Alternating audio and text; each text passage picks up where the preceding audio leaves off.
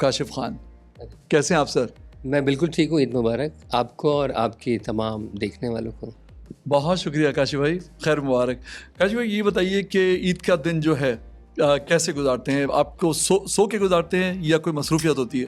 मैं देखिए बड़ों से मिलने जाते हैं और हनीफ भाई हमारे बड़े हैं माशाल्लाह, तो अक्सर मुलाकातें रहती हैं और ख़ास तौर पर उस वक्त जब और मसरूफियात होती हैं जैसे हमारी शोबिस की होती हैं तो वहाँ पर मुलाकातें हो जाती हैं, लेकिन थोड़ा बहुत सो भी लेते हैं।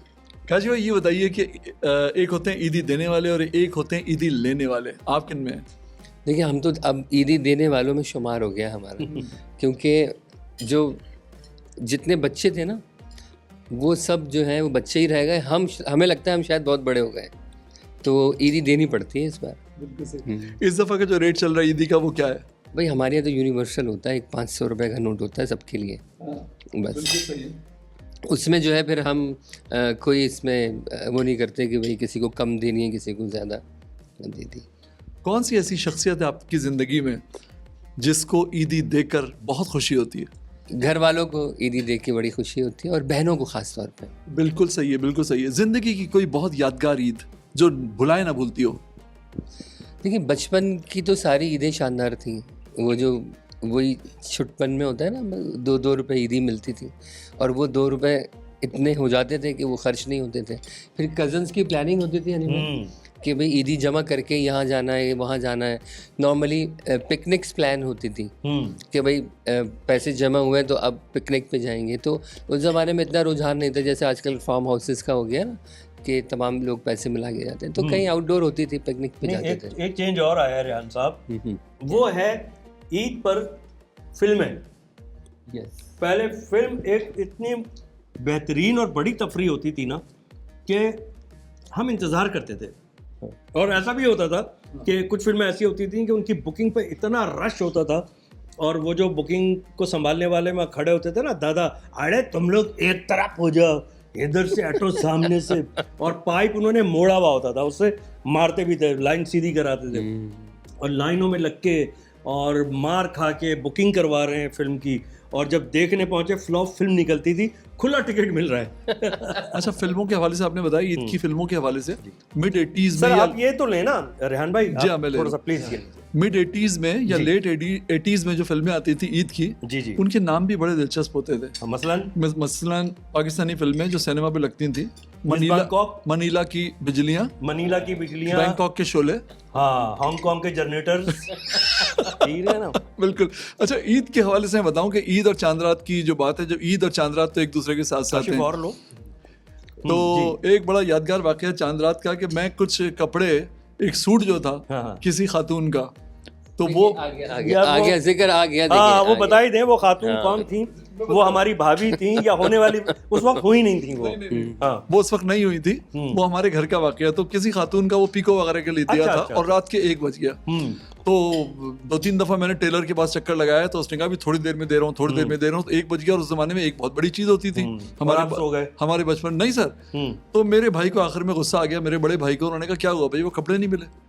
उसमें नुमाया तौर पे शलवार एक बड़ी नुमाया थी, क्योंकि शलवार पे कुछ पीको का काम था, उसके पांचों पे और ये के जो शलवार। हाँ, तो मेरे भाई ने मुझसे कहा कि तुम चलो मेरे साथ, तो मैं चल के बात करता हूँ कौन सा टेलर है। वो टेलर के पास बड़े गुस्से में गए और जाकर कहा कि इसकी शलवार कहाँ है। उन्होंने टेलर से कहा, टेलर भी कोई पहुंचा हुआ था, वो काम करते करते उसने देखा, कहने लगा इसकी शलवार इसने पहनी हुई है। उसने कहा मैं इस शलवार की बात नहीं कर रहा, वो जो सूट की है, वो शलवार जो फंसी हुई है यहाँ पे शाम से। उसने कहा अच्छा वो शलवार, उसने बस अभी 15 मिनट में दे रहा हूँ। तो ये जो जुमला है मुझे बड़ा वो उस वक्त जो है क्लिक कर गया कि इसकी शलवार पहनी हुई है। वाह वाह वाह। इस तरह के वाक़े होते थे, पता है वो अक्सर ही होता था हरी भाई कि जो हम कपड़े सिलने के लिए देते थे, वो कभी कभी दर्जी जो है वो दुकान बंद करके चला जाता था। तो फिर कपड़े फंस जाते थे। अरे भाई, दर्जी के घर पहुंच जाते थे लोग, पथराव करते थे। अच्छा, तो मुझे बताइए कि ईद के दिन किस चीज़ का इंतजार सबसे ज्यादा होता है, सिवैयों का, ईदी का, या छुट्टी का? नहीं, हमें तो वो जो शीर खुरमा होता है ना उसका रहता है, क्योंकि वो बहुत ज़रूरी है। छुट्टियाँ तो रहती हैं ज़िंदगी में और सब चीज़ें चलती रहती हैं, लेकिन शीर खुरमा जो ईद वाले दिन का होता है ना, वो जब नमाज़ पढ़ने के लिए निकलने से पहले वो 1 चमचा जब मुंह में जाता सुन्नत भी है ना वो। काशी भाई ये बताइए मुझे, माशाल्लाह बहुत सारे बहन भाई थे आपके, तो मेरा कहने का मकसद ये है कि उन बहन भाइयों में ईद जो थी वो किस तरह से वो होती थी, ईदी का क्या सिलसिला रहता था, और फिर ईद की तैयारी, ईद के कपड़े और ये सारी चीजें? भाई एक ही थान में से सबके सूट बनते थे, वो एक थान आ जाता था, वो पता नहीं कोई 16 मीटर का होता था, सस्ता भी पड़ता होगा ना, और वो एक ही तरह के सबके जो है वो कपड़े बनते थे। तो ये अब्बा बनवाते थे? जी जी जाहिर है। तो वो जाके दर्जी को क्या बोलते थे, ये भाई थान आ गया है, ईद का यूनिफॉर्म सी दो। ऐसे ऐसे ऐसे ही समझ ले तकरीबन। ईद की मुनासबत से कोई शेर सुना दे, आपको सुना है बड़े शेर याद हैं? हमारे ज़माना तो ये था ना, वो पोस्ट कार्ड और ईद कार्ड्स का था, तो हम अक्सर ये लिख देते थे कि भाई ईद आई है बड़ी धूमधाम से, और जिसका नाम लिखे कि भाई छोटे मियाँ उछल पड़े सेवैयों के नाम से। तो और वो ज़माना बड़ा अच्छा था जब ईद कार्ड हुआ करते। पोस्ट कार्ड देखें, वो एक्टर्स के पिक्चर्स वाले पोस्ट कार्ड्स होते थे, और उस पे और बड़े तोहफे जाते थे पता है। फिर वो म्यूजिक वाले आ गए, एक ज़माना हुआ, और एक तो बहुत ज्यादा चला, उसके अंदर शेर जो था वो बड़ा घिस पिट भी गया था, ईद का दिन है गले हमको तो लगा, गाना है ना फिल्म का वो, लेकिन पोस्ट कार्ड्स पे भी लिखा हाँ, था। ईद का दिन है, ईद का दिन है, गले हमको लगा कर मिलिए, रस्में दुनिया भी है, मौका भी है, दस्तूर भी है। क्या बात है, क्या बात थी इनका। क्या बात है, क्या बात है, माशाल्लाह। काशी भाई ये सवाल मैंने कुछ देर पहले हनी भाई से भी किया था। जब मेहमान आते हैं ना घर में बहुत सारे, तो कोई एक होता है जो बहुत ज़्यादा अटेंशन हासिल करने की कोशिश करता है। अब वो बात में आप गुफ्तगू किसी से कर रहे हैं, वो बीच में कूद रहा है और वो चाह रहा है कि जी उसकी तरफ सबकी जो अटेंशन है वो डाइवर्ट हो जाए। कैसे हैंडल करते हैं? और आप उसे नाराज़ भी नहीं करना चाह रहे। बस ये होता है कि वो पता लग जाता है, एक आध आता है अक्सर कि जो बहुत ज़्यादा उछल रहा होता है, तो उसको फिर ये है कि थोड़ा इग्नोर करते हैं। अब क्या करें, ईद का दिन है। अच्छा, आजकल फैमिली गैदरिंग्स भी ना ये वाली कम हो गई हैं, वरना पहले तो ये होता था ना, कोई ज़रा सा बहाना हुआ सब बहन भाई मिल बैठे। अब ये है कि ईद बकरीद या फिर आपको पता है कि खुशी या कोई गम का मौका हो तो ही मिलते हैं, बाकी तो बस यही फ़ोन रह गया, आप एप्लीकेशन से, ईद कार्ड भी यही हो गया, खैर खैरियत भी यही हो गया, चीज़ मोबाइल में आ गई है ना।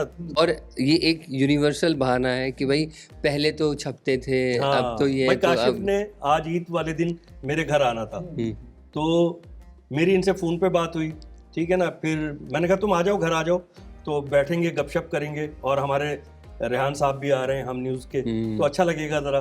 तो इन्होंने कहा बिल्कुल, फिर ये मेरे साथ कनेक्ट रहे।